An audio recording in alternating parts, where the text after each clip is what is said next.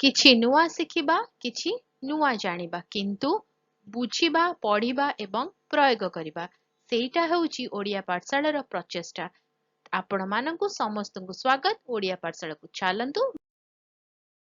ଓଡ଼ିଶାର ଜଣେ ଜଣାଶୁଣା କବି ତଥା ସ୍ୱାଧୀନତା ସଂଗ୍ରାମୀ ବାଞ୍ଛାନିଧି ମହାନ୍ତି 20 ଏପ୍ରିଲ 1897 ମସିହାରେ ଇରମ ଗାଁରେ ଜନ୍ମଗ୍ରହଣ କରିଥିଲେ, ଯାହାକୁ ପ୍ରାୟତଃ ଓଡ଼ିଶାର ଜାଲିଆନାବାଗ କୁହାଯାଉଥିଲା।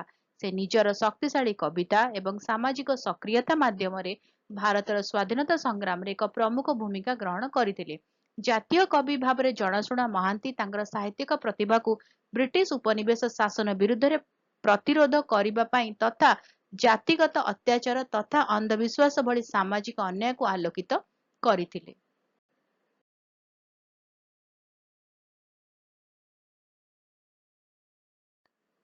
1919 ମସିହାରେ ଜାଲିଆନାବାଗ ହତ୍ୟାକାଣ୍ଡରେ ସେ ଗଭୀର ଭାବରେ ପ୍ରଭାବିତ ହୋଇଥିଲେ, ଯାହା ସ୍ୱାଧୀନତା ଆନ୍ଦୋଳନରେ ତାଙ୍କର ଯୋଗଦାନକୁ ଉତ୍ସାହିତ କରିଥିଲା। ସେ ମହାତ୍ମା ଗାନ୍ଧୀଙ୍କ ଅସହଯୋଗ ଆନ୍ଦୋଳନ, ଲବଣ ସତ୍ୟାଗ୍ରହରେ ସକ୍ରିୟ ଅଂଶଗ୍ରହଣ କରିଥିଲେ। ତାଙ୍କର କବିତା, ଯାହା ପ୍ରାୟତଃ ସଙ୍ଗୀତରେ ସ୍ଥାପିତ ହୋଇଥିଲା, ସ୍ୱାଧୀନତା ସଂଗ୍ରାମୀଙ୍କ ପାଇଁ ସଙ୍ଗୀତ ଗାନ ହୋଇ ଦେଶପ୍ରେମକୁ ଉତ୍ସାହିତ କରିଥିଲା ଏବଂ ଜନତାଙ୍କୁ ଏକତ୍ରିତ କରିଥିଲା।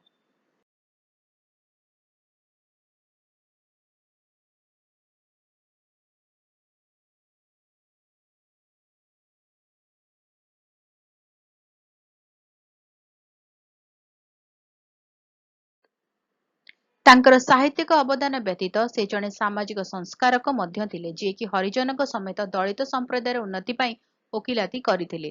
ସାମାଜିକ ସମସ୍ୟାର ସମାଧାନ ତଥା ଅହିଂସା ତଥା ଆତ୍ମନିର୍ଭରଶୀଳତାର ଗାନ୍ଧୀ ମୂଲ୍ୟବୋଧକୁ ପ୍ରୋତ୍ସାହିତ କରିବା ପାଇଁ ତାଙ୍କର ଉଦ୍ୟମ ଓଡ଼ିଶାର ସାଂସ୍କୃତିକ ତଥା ରାଜନୈତିକ ଦୃଶ୍ୟରେ ଉପରେ ଏକ ସ୍ଥାୟୀ ପ୍ରଭାବ ପକାଇଥିଲା। ତାଙ୍କର 1938 ମସିହାରେ ଦେହାନ୍ତ ହୋଇଥିଲା।